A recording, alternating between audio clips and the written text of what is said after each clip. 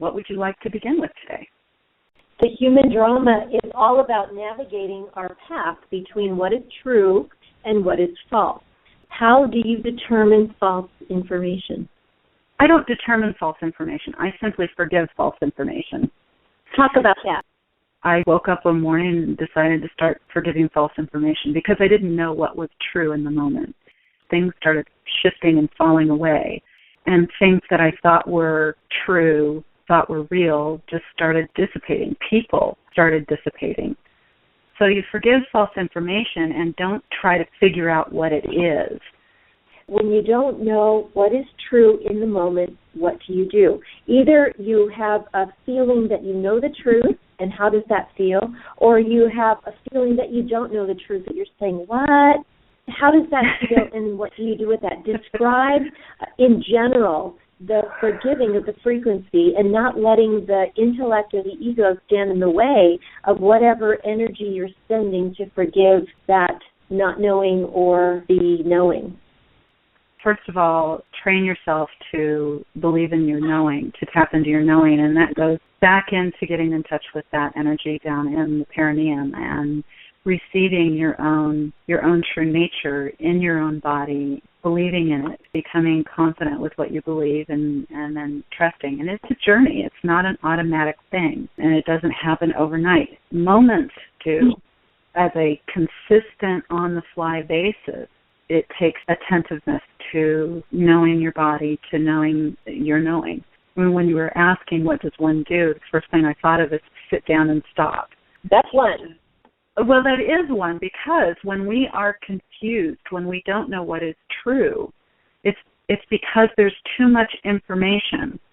And what I mean by too much information is there could be a lot of interference in other people's conversations, telling you what to do, what should be done. There could be also, at that same time, your own body trying to get your attention, saying, no, that's not true.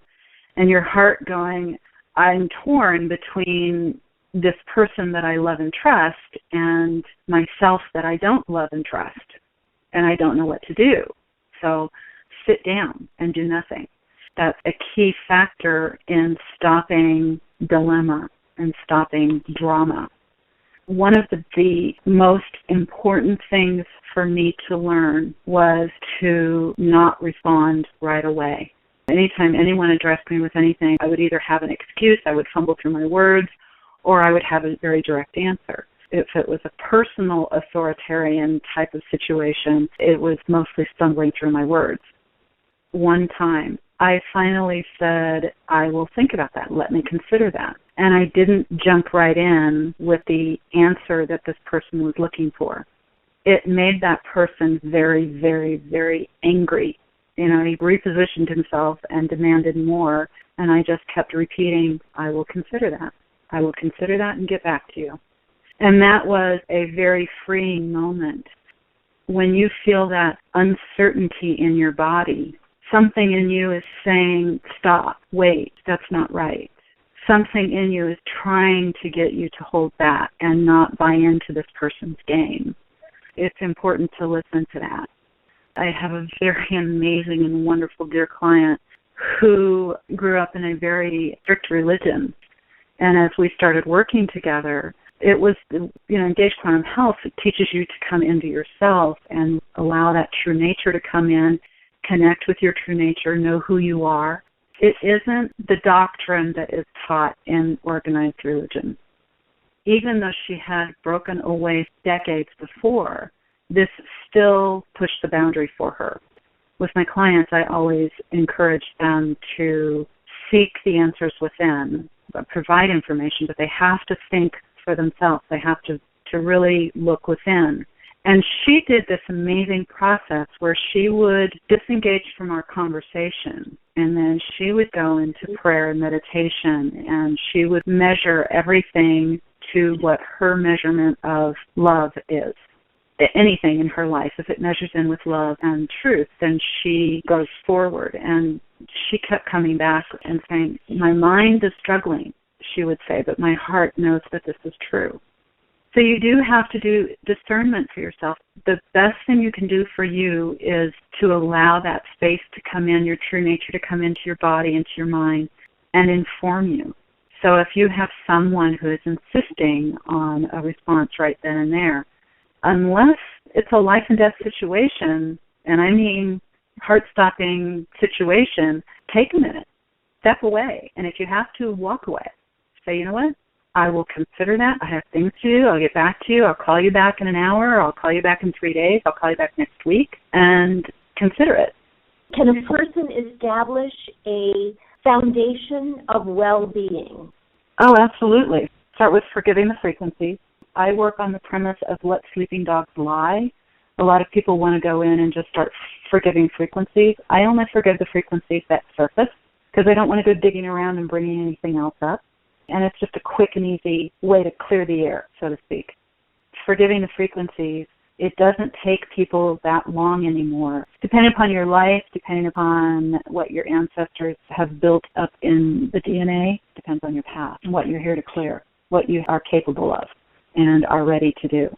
You know, you want to stay grounded within your path. I wrote 3 things. I wanted you to explain how to build well-being. You first forgive a low frequency, and you address only the low frequency that appears to you in the moment. You don't worry about things like you call them sleeping dogs. Forgiving the frequencies is like sleeping them out, clearing the air. It doesn't take too long to build that up as a practice. You get used to forgiving frequencies fairly quickly. Let's talk about a couple who are breaking up. Can you do a forgiving of the frequencies on either side of the 2 people who have come together in love and for some reason are feeling disappointed or have reached a state of lower vibration? How can both of them forgive frequencies in that moment, in that particular situation? Well, the first frequency I would start with is forgiving misinformation and misperception. And I would not even wait until the relationship was devastating. Start forgiving the frequency of misperception and misinformation. And it's a process because it's a dissipation. It's not like it's going to disappear right then and there and your mind is going to go, boom, oh, I have the truth. We have memories that are in our bodies from generations of accumulation. So it's a process. It's like if you see water droplets evaporating, allow that process and allow time. It doesn't have to be weeks on end. You can simply forgive the frequencies of misinformation and misperception, take a walk, and receive that new information of what's really going on, what's really here. Forgiving frequencies is preventative medicine, especially when you're looking at forgiving misinformation, false information, misperception, because we make things up a lot. And so there's been many times when I've said, I'm willing to see what's true. I'm willing to see differently. And I did that a lot before I started forgiving the frequencies. And it was forgiving the frequencies when that happened that boom, boom, boom. I mean, it was so energizing to me that I couldn't not do it. And it literally does lift that information out of your cellular memory. So your body gets energized. You can feel the clearing. And it's layers. It's not like you forgive anger and you're never going to experience anger or encounter anger again. It's what your experience can handle or is ready to handle in that moment, at that time, in that phase. Don't stay in forgiving the frequencies for too long as an established practice. You can have it as an established practice that you use, like I use it, but I don't use it as much as I used to, because the whole idea of this is to raise you to the level of your dreams and desires. You don't want to keep playing in the low vibrations to forgive them. You actually want to rebalance your life into the good stuff so that you can be in the joy, be in the love, be in the happiness. As you forgive these frequencies and raise the vibration of your body, because it is a physical experience, eventually you're going to be encountering low vibrating people and low vibrating experiences, and you're just going to say, you know what, this isn't my life anymore, and you will voluntarily walk away. you will voluntarily end relationships. You will voluntarily stop arguing. You will voluntarily live a life that is well-being. And when that happens, while you're forgiving the frequencies, that light that runs in tandem with your DNA is integrating into your DNA. The more room you make for that light, the more light can come in your DNA. Well, that light coming in, it works from the quarks, a really base level of the human anatomy. It starts healing you from the inside out. You're healing from the cellular tissue. The forgiveness. You're working on the cellular tissue where the light is working on your molecules. And they meet, and then magic happens. And it starts taking over, clearing up the residual. That's what the light is trying to do in every human body.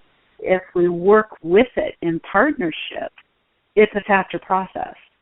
But if we're just paying attention to everything else and not really caring whether we heal or not, then the body breaks down and the body gets disease, and you go through your human process and recycle. Does that help? It does.